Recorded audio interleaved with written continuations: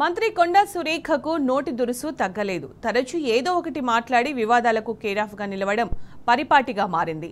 తాజాగా మంత్రులపై చేసిన commission comments Congress హైకమాండ్ను Sheikh చేస్తున్నాయి.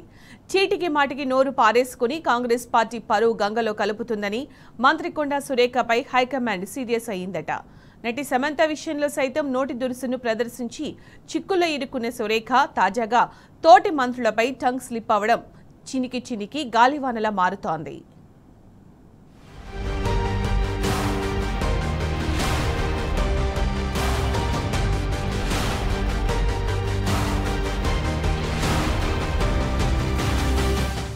మంత్రి కొండా సురేఖ వివాదాలకు కేరఫ్గా నిలుస్తున్నారు. నోటికొచ్చింది మాట్లాడటం పరిపాటిగా మారిపోయింది.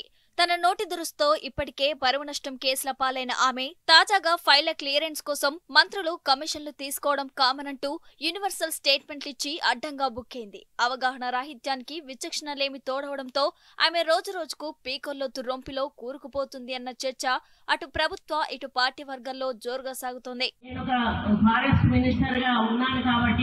నా దగ్గరికి కొన్ని కంపెనీలవి క్లియరెన్స్ కోసం అని చెప్పి ఫైల్స్ వస్తూ ఉంటాయి.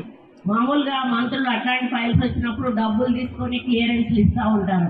నేనన్నా మాకు ఒక న్యాయ పైసా మీరు ఇవ్వాల్సిన అవసరం లేదు, మీరు సమాజ సేవ చేయండి, మా స్కూల్ ఒకటి డెవలప్ చేయండి, మా పేరు మీద అది మీ పేరు గుర్తుండిపోతుంది అని చెప్పినప్పుడు వాళ్ళు మేము పై వాళ్ళతో మాట్లాడాలి మేడం, మా చేతుల్లో లేదు అని సదానంద రెడ్డి. సినీ నటి సమంత విషయంలో కొండా సురేఖ నోరు జారినాడే చావు తప్పి కన్నులొట్టపోయినంత పనైంది. ఇక ఆమె సంగతి అయిపోయిందని ప్రచారం జరిగింది. సినీ నటుడు నాగార్జున సైతం కొండా సురేఖపై పరువు నష్టం దావా వేశారు. సినీ ప్రపంచం, తెలంగాణ సమాజం యావత్తు మంత్రి సురేఖ దురుసు వ్యాఖ్యలను ఆక్షేపించాయి. బేషరతు క్షమాపణ డిమాండ్ నేపథ్యంలో నాలుగు ఖర్చుకొని పొడిపొడిగా సారీ చెప్పేసి పాపం కడిగేసుకున్నానని అనిపించుకుంది. కానీ సమంతపై అప్పట్లో మంత్రి సురేఖ చేసిన కామెంట్స్ జాతీయ మీడియా ద్వారా ఢిల్లీ పెద్దల దాకా చేరింది.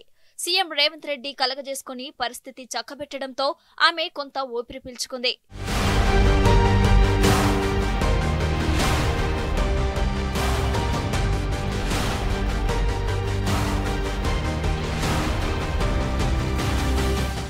మంత్రుల కమిషన్ దందాపై మంత్రి కొండా సురేఖ తాజా వ్యాఖ్యలు పెద్ద రచ్చకు తెరలేపాయి. ఆ కామెంట్స్ సోషల్ మీడియాలో వైరల్ అవుతున్నాయి. దావానలంలా విషయం ఢిల్లీ దాకా పాకినట్టు తెలుస్తుంది. మంత్రి సురేఖ వ్యాఖ్యలపై సీఎం రేవంత్ సైతం అసహనాన్ని వ్యక్తం చేసినట్లు సమాచారం.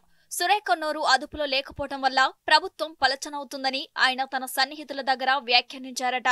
మూలిగే నక్కపై తాటిపండు పడ్డట్లు అసలే రాష్ట్రంలో కాంగ్రెస్ పార్టీ పరిస్థితులు నానాటికి దిగజారిపోతుంటే ఇలాంటి వాళ్ల వల్ల ప్రజల్లో గౌరవం ఇంకింత అడుగంటిపోతుందని సీఎం ఆగ్రహం వ్యక్తం చేశారట. విలేకరులతో మాట్లాడేటప్పుడు కాస్త ఒళ్ళు దగ్గర పెట్టుకుంటే మంచిదని కూడా రేవంత్ రెడ్డి హితవు పలికాడనే మాట వినిపిస్తోంది. ఇది మంచి పద్ధతి కాదని, నీ సంగతేదో నువ్వు చూసుకోక ఇతరుల గురించి కామెంట్ చేయడం తగదని రేవంత్ రెడ్డి కొండా సురేఖను ఫోన్లో హెచ్చరించినట్లు కాంగ్రెస్ పార్టీలో టాక్ నడుస్తోంది. ఈ సందర్భంగా ఇద్దరి మధ్య కొంత ఉద్రిక్తపూరిత సంవాదం జరిగినట్లు చర్చ నడుస్తోంది.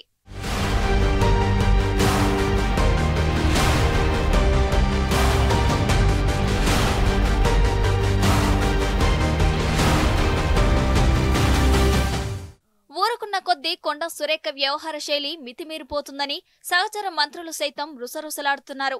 ఆమె వ్యాఖ్యలు గురివింద గింజ చందంగా ఉన్నాయని విసుకుంటున్నారు. ఆమె భర్త కొండా మురళి భాగవతం ప్రపంచమంతా తెలుసని అంటున్నారు.